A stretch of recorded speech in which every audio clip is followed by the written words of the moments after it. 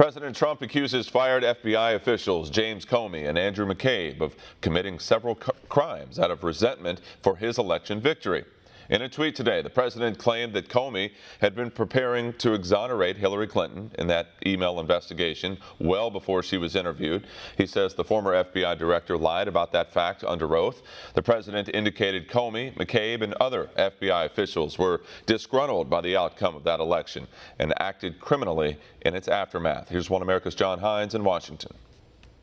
As former FBI Director James Comey continues to talk about his new book, at least one government watchdog group is calling Comey's behavior outrageous. The fact that an FBI director is publishing a tell-all book months after being fired is pretty outrageous stuff, just at face value. You don't even have to get to the content of the book. I think over the history of the Bureau's existence, there's been something like 15 different directors. I don't think any of them have written this sort of a tell-all book. A tell-all book from a man who acted outside the scope of his authority, says Farrell of Judicial Watch. So it sounds like your thesis is that a publication of this book of this type by someone like Mr. Comey, a former FBI director, is certainly unusual. No, it's extraordinary. This is a off-the-charts, outlier, black swan, whatever term you want to talk about is something that is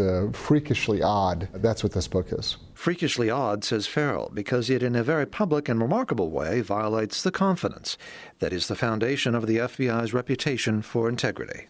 You know, when an FBI director, any FBI director, is speaking with the president, and that would be any president, and they're having a confidential discussion about important law enforcement matters, or even sort of open public policy questions, there's a confidence there. There is a sort of protective seal of the communication between the chief executive and his chief law enforcement officer. A protective seal which in this case was broken by Comey by including presidential conversations in his book, says Farrell, who offers a possible motive to explain Comey's actions. I think it's Mr. Comey attempting to steer political outcomes that he feels he is more qualified to judge and decide than anyone else. Farrell adds that because Comey's book is so unusual, Judicial Watch has begun a Freedom of Information lawsuit to discover details surrounding the internal FBI processes used to review and approve it.